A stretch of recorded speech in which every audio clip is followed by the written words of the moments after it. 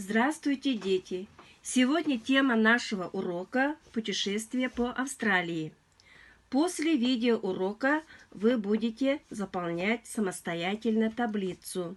Запишите названия географических объектов Австралии, их вы найдете в атласах, учебнике, энциклопедиях и в интернете.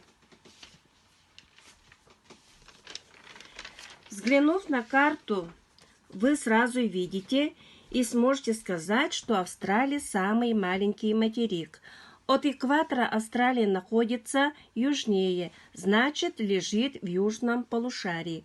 От нулевого меридиана Австралия лежит восточнее, значит, лежит в восточном полушарии. А также самостоятельно вы напишите 4 крайние точки материка. Береговая линия Австралии не сильно изрезана, соответственно, заливов, полуостровов, островов, а также проливов будет мало. Давайте перейдем к природе Австралии. Смотрим рельеф Австралии.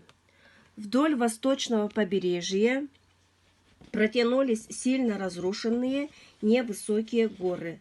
Название и наивысшую точку Австралии напишите также в таблице.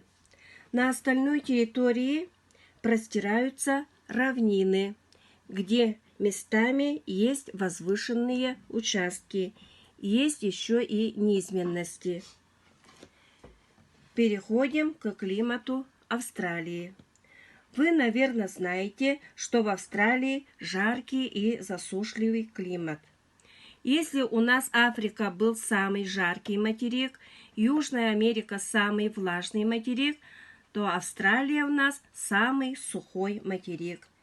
В Австралии нет холодной снежной зимы, как у нас. Летом воздух прогревается до плюс 30 градусов Цельсия. Зимой средняя температура составляет плюс 20 градусов Цельсия. При этом нужно помнить, что в Австралии, когда у нас лето, у них зима, а когда у нас зима, у них лето. Значит, сейчас в Австралии осень. Гидрография Австралии. Гидрография Австралии. Рек и озер в Австралии мало. Многие из них пересыхают или заполняются водой только в короткий период дождей. Название крупнейшей реки Австралии вы напишите в таблице. Самое большое озеро Австралии находится в центре материка. Его называют «Мертвое сердце Австралии». Это пересыхающее озеро. Дождей в этих местах не было уже 60 лет. Растительный и животный мир Австралии уникален. Многие растения и животные Австралии эндемики.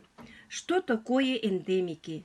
Эндемики – это виды растений и животных, которые встречаются только в определенной территории, и нигде больше на Земле их встретить нельзя. Самые распространенные животные Австралии – это кенгуру и коала. Много сумчатых животных. Название этих удивительных, интересных животных вы тоже запишите самостоятельно в таблице.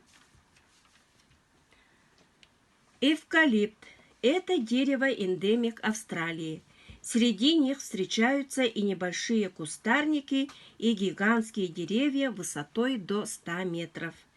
Эвкалипты – удивительные растения.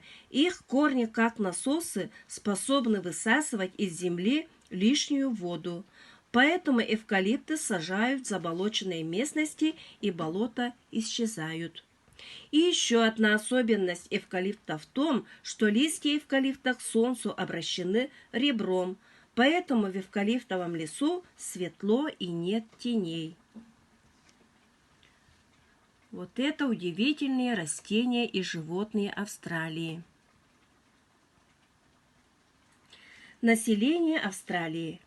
Коренные жители – абориген-австралийцы. У них темная кожа, широкий нос, толстые губы, черные волнистые волосы.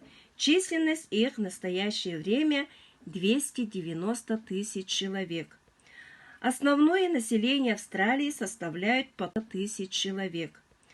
Основное население Австралии составляют потомки переселенцев из Англии, Шотландии, Ирландии. Территорию Австралии занимает одно государство – это Австралийский Союз. Столица не самый крупный город Австралии – город Канберра. А крупнейшие города – это Сидней, Мельбурн, Аделаида. На этом мы заканчиваем наш видеоурок.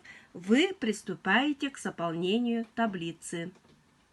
До свидания. До следующих встреч.